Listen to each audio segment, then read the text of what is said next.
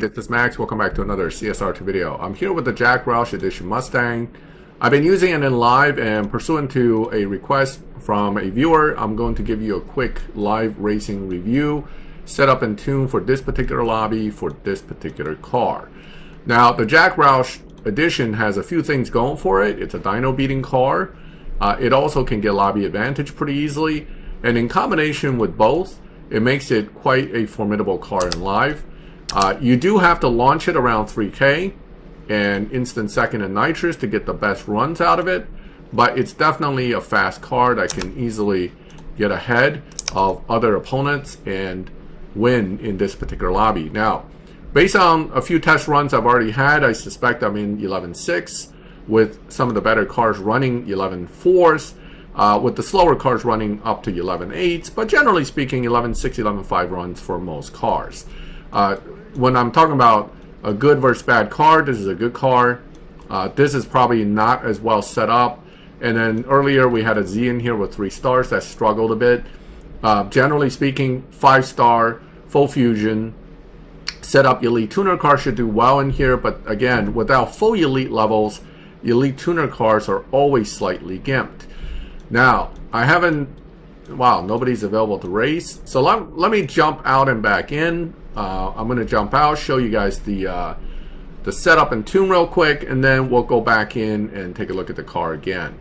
So the setup for the car is basically utilizing almost all of the available stage 6 that I got for this car, which means body, tire, trans, and nitrous are all stage 6, stage 3 engine, stage 4 turbo, stage 5 intake. This is where you can play with the numbers a little bit. Certainly you can go maybe stage 4, or other combinations, whatever works out best for you. That's where tuning comes in. That's where the tuners spend a lot of times playing with different combinations to figure out what works best. Something to note for cars like this, yes, it dynos 11.328, but yes, it's also in 11.6 lobby. 4.0, 2.41, 0-100. Now I put it here mainly for this reason. I wanted to have the fastest dyno possible. If you go up, you can go a little more, and if you do this, you can go a little more. So you can probably squeeze this car into the 11.2s, but it may more easily bump out of that 11.6-ish lobby with a basically what would be a faster dyno. So this is why I said it here. These numbers are not wonderful, but the Jack Roush, for some reason, easily gets lobby advantage. Also, launching at 3K instant second and nitrous, you tend to beat dyno quite a bit. So it makes the car basically a very formidable car in live. This car, like many tier 4 cars, as they get closer to being fully maxed, they're less competitive than if they were less upgraded, for example, where they can be more competitive. So let's see if we can get some races in here. The thing about this car is without stars, it could still be dyno, which means it could be in here and be competitive. Cars like this, the Z, which is a decent live racer, its problem is that it does struggle a little bit against really good cars, but it does well against most cars. However, with a newer player behind it, whether he has full fusion, whether he's properly set up, all these little points makes a big difference in what I will face as far as the challenge is concerned. I'm going to let him creep up a little bit, but ultimately, without leveraging fourth gear too much, I am able to outrun him. Okay, 11.6. Again, I'm in the 11.6-ish lobby with the 11.3-ish car. Now, the car beats dyno, so it actually can run about 11.0 all out. 1099s if I get everything perfectly. That's not a killer setup. The LC500 could beat that in this lobby. It'll be a close race. And there are certain other cars that are even better, tier 5s, that I can put in this lobby that will run even faster. But by running 10.9s and faster, you're almost guaranteed to be leaving the lobby relatively quickly after that. So it still pays to basically play your cards carefully and not get yourself pushed out of the lobby because you're running too fast. So again, Was able to take a few wins here without much of an issue.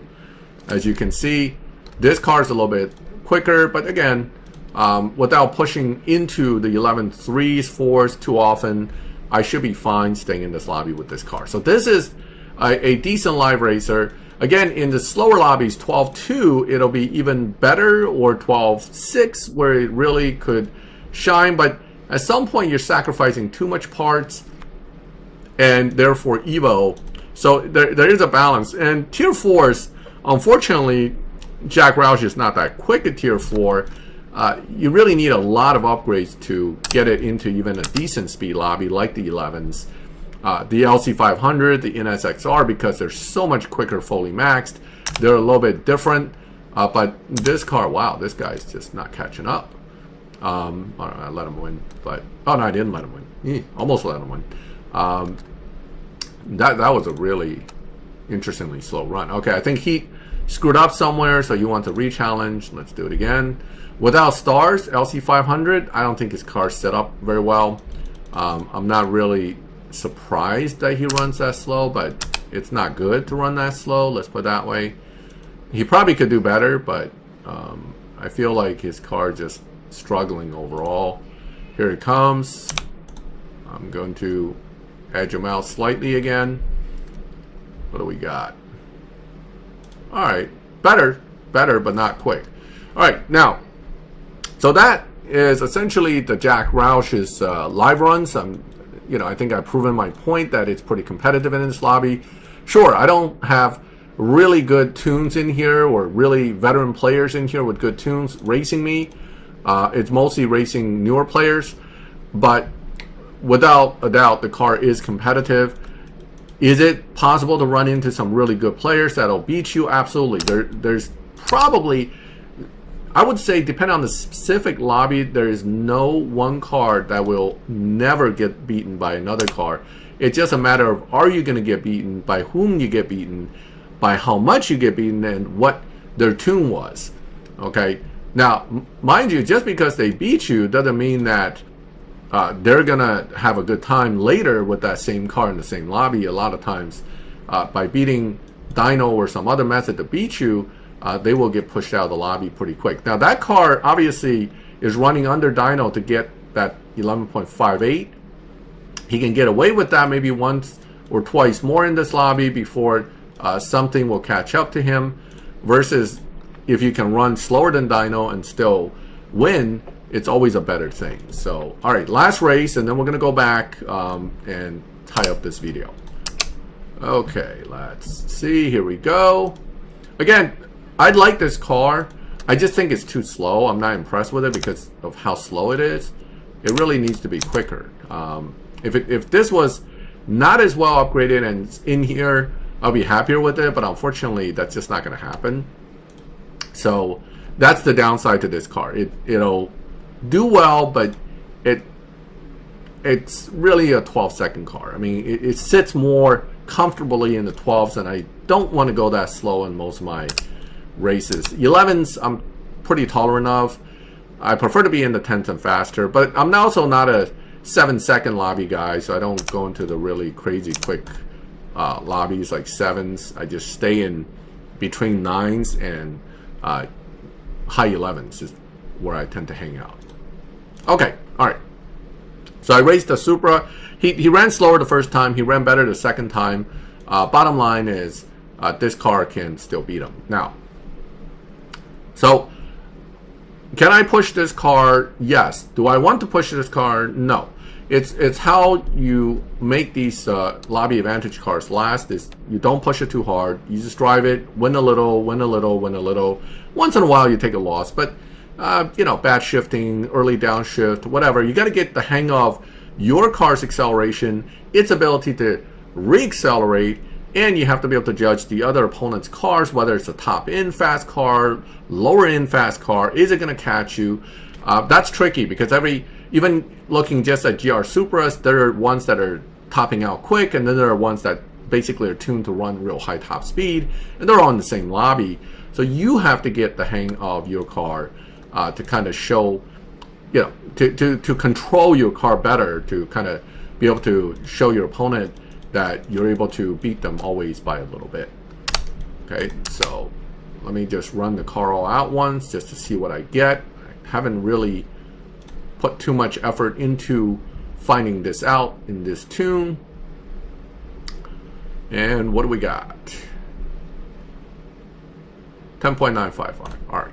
All right, so that is the Jack Roush Mustang live tune and review. I hope you guys liked the video.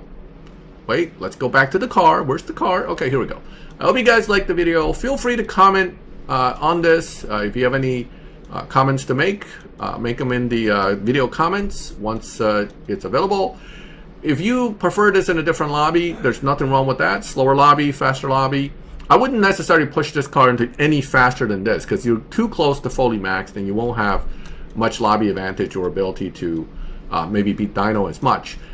Now, if you like this kind of videos and you like my channel and wants to be notified when I put up new videos, then please subscribe, hit the bell, and you get notified when I put up new videos. And as always, thank you for watching my videos. I'll catch you next time.